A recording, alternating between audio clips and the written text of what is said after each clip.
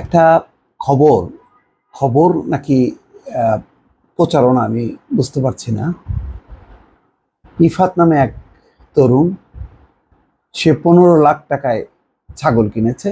সেই ছাগল তার বাবাকে উপহার দিয়েছে। তারপরেই শুরু হলো শোরগোল। এই ছেলের বাবাকে, বাবা হচ্ছে কাস্টমসের কর্মকর্তা মতিউর রহমান। তখন আসলো যে ছেলে 15 লাখ টাকায় ছাগল কিনে দিতে পারে, ঘটনাটা কি? তাহলে কি আছে তার কেরামতি? এরপরেই দেখলাম যে ফেসবুকে এই ছেলের নানা মডেলের গাড়ির ছবি। এই সবগুলো কিন্তু ফেসবুকে।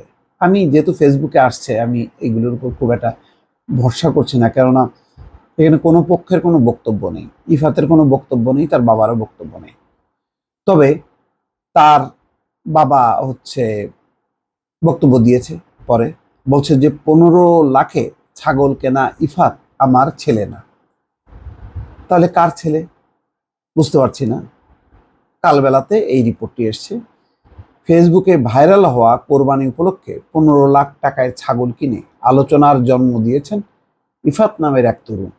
ওই সময় গুঞ্জন উঠেছিল তিনি জাতীয় রাজস্ব বোর্ড কর্মকর্তা মতিউর রহমানের ছেলে।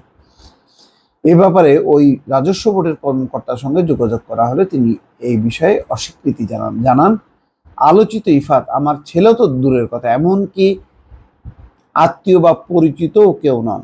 আমার এক ছেলে নাম তৌফিকুর রহমান, আমি আনুষ্ঠানিকভাবে এসব অপপ্রচারের প্রতিবাদ করব। তবে আরেকটু বললে ভালো হতো যে এই তৌফিকুর রহমান, তার স্ট্যাটাসটা কি, মানে সে কোথায় থাকে বা তার বয়স কত, মানে এটা যদি একটু ডিটেলস বলতেন। সেই ডিটেলসটা পেলাম না এখানে।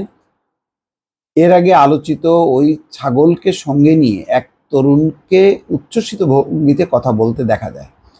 ফেসবুকে ছড়িয়ে পড়া এক ভিডিওতে ওই ক্রেতাকে অন্য ক্যামেরায় বলতে দেখা যায়, 11 জুন এটি ধানমন্ডি 8-এ ডেলিভারি দেওয়া হবে। ভাইরাল হওয়া সেই ভিডিওতে ওই তরুণকে বলতে দেখা যায়, এরকম একটি খাসি কেনা আমার স্বপ্ন ছিল। তিনি আরও বলেন, এরকম খাসি আমরা সামনাসামনি দেখিনি, আমার জীবনে প্রথম দেখা এটি। এটি আমার হবে জানা ছিল না, আল্লাহ নসিবে রেখেছেন, তাই হয়েছে। এর বেশি কিছু আর কি বলবো। এদিকে ঢাকার মোহাম্মদপুরে অবস্থিত সাদিক এগ্রো ফার্ম থেকে বলা হচ্ছে, আলোচিত তরুণ শুধু 1 লাখ টাকা দিয়ে ছাগলটি বুকিং দিয়েছিল। শেষ পর্যন্ত পুরো টাকা পরিশোধ করে ছাগলটি খামার থেকে বাড়িতে নিয়ে যাননি এখনো। তাহলে এখনো মানে এই আলোচনার মধ্যেই এমন অবস্থা হয়েছে যে সেই ছেলে ছেড়ে দে মা খেয়ে দে বাঁচি, সে আর হয়তো সেই ছাগলটি আর নেননি। কিন্তু তারপরেও একটা কথা, এই তরুণ, আলোচিত এই তরুণটা কে আসলে? মানে সে কিভাবে 15 লাখ টাকায় এটা কিনবে বলে 1 লাখ টাকা বুকিংও দিল, সেটাও কম কথা না। আর সাদিক এগ্রো দেখলাম যে কেউ কেউ এটাকে বয়কট করার জানাচ্ছে। এরা এই যে বংশীয় গরু, তারপরে এই লক্ষ লক্ষ টাকা দামের গরু, এই সমস্ত বিষয়গুলো সামনে এনে এক ধরনের মানে কোরবানিটাকে একেবারে বাণিজ্যিকীকরণের একটা প্রচেষ্টা, এটাও নিন্দনীয়। দেখেন, এই ছেলের গাড়ির নানান মডেল দেয়া হয়েছে ফেসবুকে। এখানে কি ভাবছে বাংলাদেশ, অনেকেই দিয়েছেন। এখানে বলা হচ্ছে 12 লাখ টাকার ছাগল কিনে, ওখানে বলা হচ্ছে 15 লাখ টাকা। 12 লাখ টাকার ছাগল কিনে ধরা খাওয়া রাজস্ব কর্মকর্তার ছেলে ইফাদের মালিকানার কিছু গাড়ির ছবি নতুন করে দেখালাম। এর মধ্যে 1-2 নম্বর গাড়ির মডেল হচ্ছে টয়োটা ক্রাউন মাজেস্তা। খুব সম্ভবত দুইটা ছবি একই গাড়ির, দুইটা ভিন্ন ভিন্ন পেইন্ট জবের পরের ছবি। সেটা না হয় থাকলে দুইটা গাড়ি ইফাদের। এই মাজেস্টা গাড়ির সামনে ইফাদের নামে কাস্টমস নেম প্লেটও আছে। গাড়ির সামনে উইন্ডশিলে সম্ভবত বাংলাদেশ সরকার বা রাজস্ব বিভাগের লোগো দেখা যাচ্ছে। এই মডেলের গাড়ির দাম বাংলাদেশে প্রায় 1 কোটি টাকা। যদিও রাজস্ব কর্মকর্তা মতিউর তার ছেলেকে এই গাড়ি কিনে দেওয়ার জন্য কত টাকা খরচ করেছেন তা আমার জানা নেই। এরপর পরের ছবিটার model Toyota land cruiser Prado. Toyota BD এর ওয়েবসাইট অনুসারে এই মডেলের গাড়ির দাম 1,85,00,000 টাকা। এই গাড়িতে আবার সরকারি স্টিকার লাগানো। তারপরের মডেলের ছবির মডেলটা টয়োটা প্রিমিও।